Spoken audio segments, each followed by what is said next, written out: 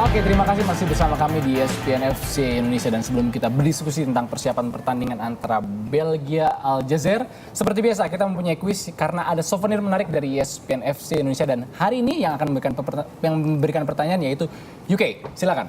Ya, siapa pemain terakhir yang merasakan kemenangan lewat golden goal? Siapa pemain terakhir yang merasakan golden goal? Lewat golden goal. Kemenangan lewat golden goal. Oke, kalau kalian sudah tahu jawabannya silahkan mention ke Twitter kami di @ESPNFC_ID. Ingat, jawaban kalian harus diikuti dengan hashtag #NetESPN. Sekali lagi saya ingatkan, jawaban kalian harus diikuti dengan hashtag #NetESPN. Pokoknya mention sebanyak-banyaknya. Ini gampang nih, saya juga tahu jawabannya. Karena saya tadi dikasih tahu apa. Oke, langsung kita masuk ke Belgia Aljazair. Kira-kira akan seperti apa jalannya pertandingan nanti? Iya, Pak, yang pasti seru ya. Dengan kualitas pemain yang saat ini dimiliki Belgia, seharusnya mereka diunggulkan. Ya, tapi masalahnya ketika mau laga pertama, ya Belgia ya tidak diuntungkan dengan ada beberapa yang cedera seperti Lukaku. Ya, tapi saya pikir tidak ada cerita lain kecuali Belgia harus bisa memenangkan pertandingan ini untuk bisa melangkah di fase berikutnya. Oke, UK. Banyak yang mengatakan Belgia ini golden generation, betul, banyak sekali pemain-pemain muda berbakat yang bermain di Piala Dunia kali ini.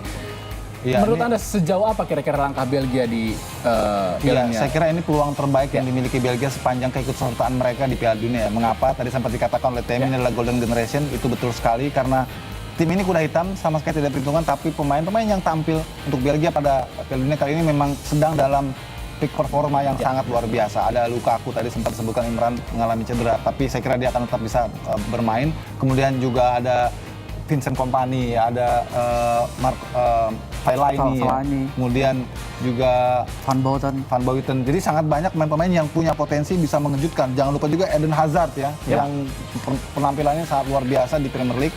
Sementara kita tahu Aljazair minim pengalaman. Walau mereka pada 2010 juga ikut di Piala Dunia, tapi selama itu juga, selama 4 kali lolos Piala Dunia, Aljazair ini hanya bisa bertahan di fase penyisihan. Jadi kalau lihat dari sisi reputasi, sejarah, saya kira Belgia sedikit ataupun setingkat di atas dari Aljazair. Tapi kalau berbicara sejarah ini menarik. Belgia ini punya sejarah yang kurang begitu baik dalam Piala Dunia, perhelatan Piala Dunia. Terakhir 86 kalau tidak salah mereka tembus semifinal dan mereka berbicara Piala Eropa, mereka sempat runner up di tahun 80. Itu zaman Enzo Schifo kalau tidak salah ya. Dan ini banyak yang menakutkan bahwa ekspektasi publik terlalu besar karena ini banyak sekali pemain muda. Ini apakah tidak menjadi blunders dari seorang Mark Wilmots nantinya? Saya kira memang menyinggung soal pemain muda, sepertinya Piala Dunia kali ini memang ada tren ke arah sana ya. Kita tahu Inggris juga banyak menempatkan pemain-pemain muda, kemudian juga Jerman sudah mulai menyisihkan pemain-pemain muda, Italia pun juga demikian, dan sekarang Belgia bukan hanya menyisihkan tapi memang sudah tak terhindarkan, dia harus memainkan banyak pemain muda, mempromosikan. Justru dengan demikian ini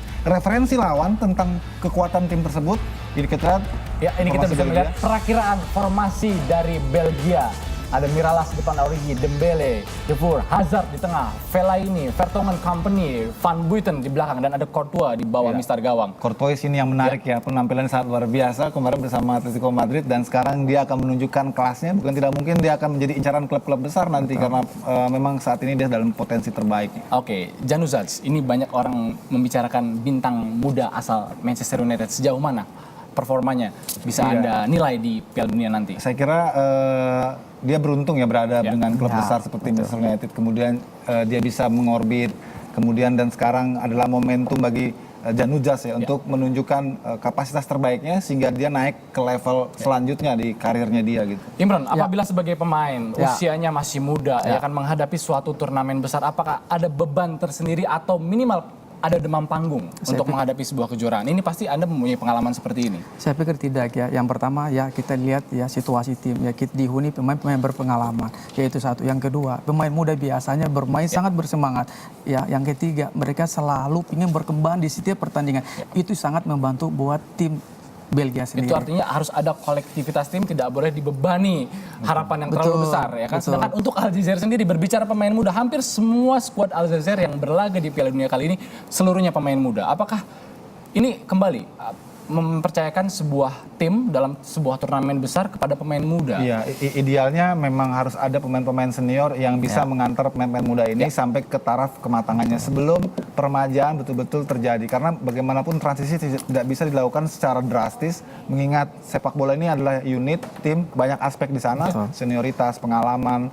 Ini yang saya kira tetap dibutuhkan oleh pemain muda hingga dia ataupun mereka bisa sampai kepada titik yang diinginkan. Ya. Oke, berbicara Belgia dengan deretan pemain bintang, sejauh mana kira-kira mereka bisa melangkah di Piala Dunia kali ini? Ya kalau lihat dari grupnya, saya kira Belgia beruntung ya karena dia berada di grup yang boleh dibilang balance, seimbang ya, tidak terlalu berat ya, bandingkan dengan grup D, grup G. Di sini mereka hanya melawan Rusia, Korea Selatan, dan nanti malam melawan Aljazair. Saya kira kalau mereka bisa konsisten dan tidak kalah saja di pertandingan pertama, ini saya kira sebuah kesempatan. Berbicara Belgia, ada yang menarik, ada Thomas Vermaelen yang akan dikaitkan kepada salah satu klub besar di Liga Inggris yaitu Manchester United, ya kan? Ini Sepertinya ada campur tangan dari Luis van Gaal.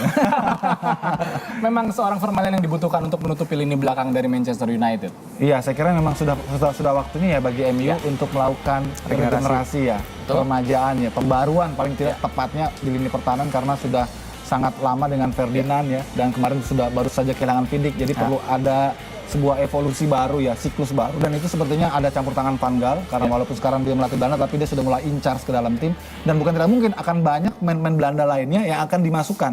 Kebetulan Vertonghen memang tangganya ya Belanda dan Belgia. Oke, tapi memang apakah pemain ini secara karakter yang dibutuhkan MU untuk saat ini di lini belakang khususnya? Ya biasanya pelatih dia tahu ya apa yang dia mau inginkan dan saya pikir Van Gaal memang dia lebih condong ke Vermaelen karena kualitas dia kita tahu ya seperti apa ya dan dia pantas ya diberi kesempatan untuk bermain untuk MU.